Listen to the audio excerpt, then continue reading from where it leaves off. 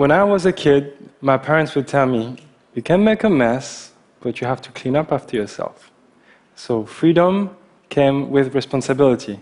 But my imagination would take me to all these wonderful places where everything was possible. So I grew up in a bubble of innocence, or a bubble of ignorance, I should say, because adults would lie to us to protect us from the ugly truth.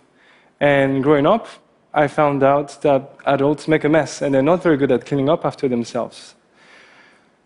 Fast forward, I'm an adult now, and I teach citizen science and invention at the Hong Kong Harbor School. And it doesn't take too long before my students walk on a beach and stumble upon piles of trash. So as good citizens, we clean up the beaches. And no, he's not drinking alcohol. And if he is, I didn't give it to him. And so it's sad to say, but today more than 80% of the oceans have plastic in them. It's a horrifying fact. And for the past decades, we've been taking those big ships out and those big nets, and we collect those plastic bits that we look under a microscope, and we sort them, and then we put this data onto a map.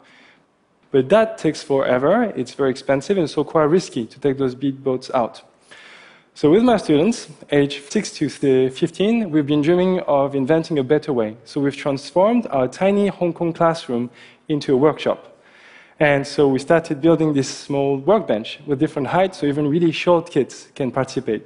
And let me tell you, kids and power tools are awesome and safe. Not really. So back to the plastic. We collect this plastic and we grind it to the size we find it in the ocean, which is very small because it breaks down. And so this is how we work. I let the imagination of my students run wild. And my job is to try to collect the best of each kid's idea and trying to combine it into something that hopefully would work. And so we have agreed that instead of collecting plastic bits, we are going to collect only the data. So we're going to get an image of the plastic with a robot. So robots, kids get very excited. And the next thing we do what we call rapid prototyping. We are so rapid at prototyping that the lunch is still in the lunchbox when we're hacking it. And we hack table lamps and webcams into plumbing fixture, and we assemble that into a floating robot that'll be slowly moving through the water into the plastic that we have there. And this is the image we get in the robot. So we see the plastic pieces floating slowly through the sensor. And the computer on board will process this image and measure the size of each particles. And so we have a rough estimate of how much plastic there is in the water. So we documented this invention step by step on a website for inventors called Instructables, in the hope that somebody will make it even better. What was really cool about this project is that the students saw a local problem, and boom, they're trying to immediately address it. But my students in Hong Kong are hyper-connected kids. And they watch the news, they watch the internet, and they came across this image. This was a child, probably under 10, cleaning up an oil spill barehanded in the Sundarbans, which is the world's largest mangrove forest in Bangladesh. So they were very shocked, but because this is the water they drink, this is the water they bathe in, this is the water they fish in, this is the place where they live. And also you can see the water is brown, mud is brown, and oil is brown. So when everything is mixed up, it's really hard to see what's in the water. But there's a technology that's rather simple, that's called spectrometry, that allows you to see what's in the water. So we build a rough prototype of a spectrometer, and you can shine light through different substances that produce different spectrums. So that can help you identify what's in the water. So we packed this prototype of a sensor, and then we shipped it to Bangladesh. So what was cool about this project is that beyond addressing a local problem or looking at a local problem, my students used the empathy and the sense of being creative to help remotely other kids. So I was very compelled by doing the second experiment, and I wanted to take it even further, maybe addressing the even harder problem, and that's also closer to my heart. So I'm half Japanese and half French, and maybe you remember in 2011, there was a massive earthquake in Japan. It was so violent that it triggered several giant waves that they are called tsunami, and those tsunami destroyed many cities on the eastern coast of Japan. More than 14,000 people died in an instant. Also, it damaged the nuclear power plant of Fukushima, a big nuclear power plant just by the water.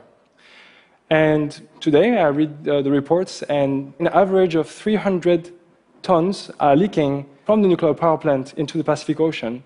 And today, the whole Pacific Ocean has traces of contamination of cesium-137. If you go outside on the west coast, you can measure Fukushima everywhere.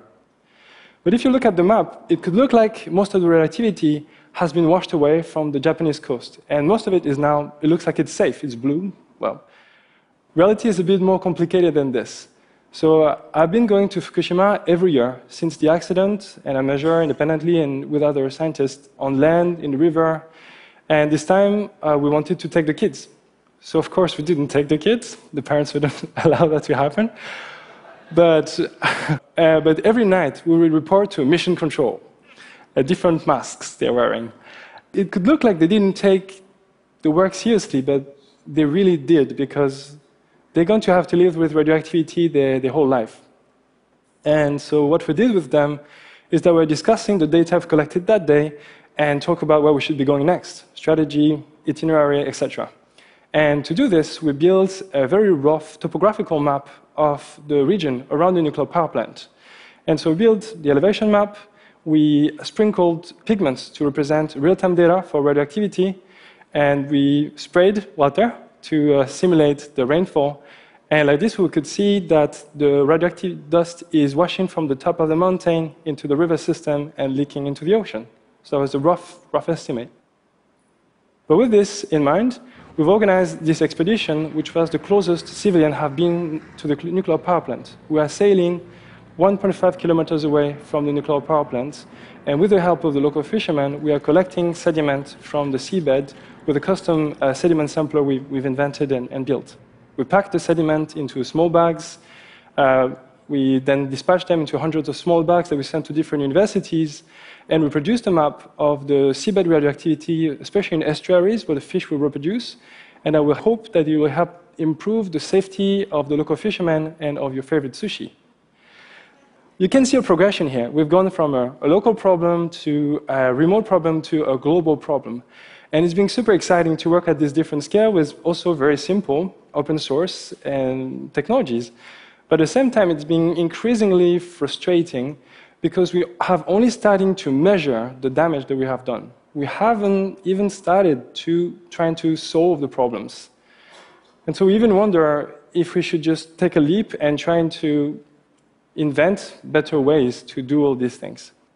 And so the classroom started to feel a little bit small. So we found an industrial site in Hong Kong, and we turned it into the largest makerspace focused on social and environmental impact.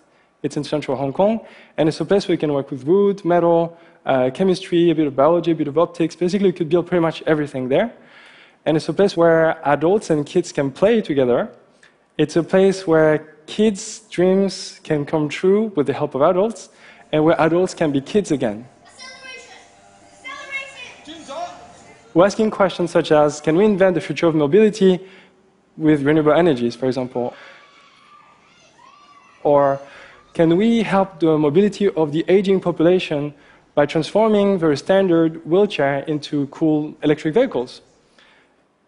So plastic, oil, and radioactivity are horrible, horrible legacies, but the very worst legacy that we can leave our children are our lies. We can no longer afford to shield the kids from the ugly truth because we need their imagination to invent the solutions. So, citizen scientists, makers, dreamers, we must prepare the next generation that care about the environment and people, and that can actually do something about it. Thank you.